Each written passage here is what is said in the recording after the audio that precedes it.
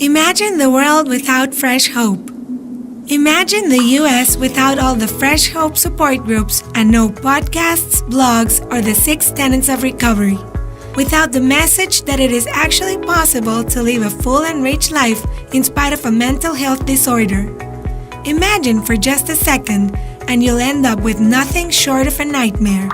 That's how it is right now for the 656 million people living in Latin America and the 46.4 million people living in Spain.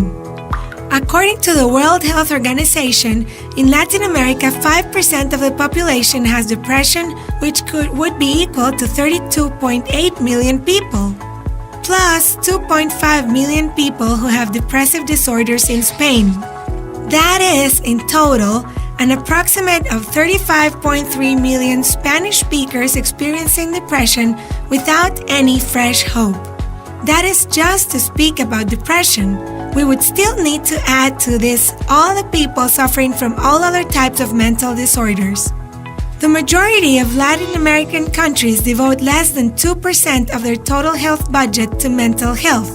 This is aggravated by deeply rooted cultural characteristics, particularly those related to shame and guilt in the perception of mental illness among families, distorted help-seeking patterns, religious and false beliefs about causes and treatments, and the sheer unavailability of appropriate mental health services.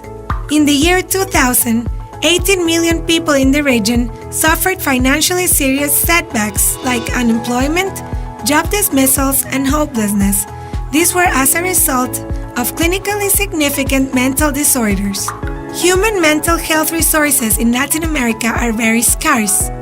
The estimated figures are far below those in Europe or the US. But we don't want to bore you with numbers. The point is this: Spain and Latin America need fresh hope like the desert needs the rain. The message of fresh hope needs to impact all those suffering from mental illness who don't know Jesus yet, so that they may come to know the Lord and know that there's hope in Him.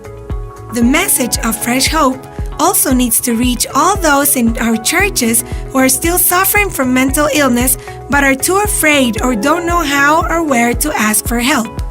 So far, the tenets have been translated into Spanish, and an online support group as well as a support group in Mexico City have been established. Some of the topic cards and parts of the facilitator's manual have been translated, and a Fresh Hope for Mental Health Facebook page has been started.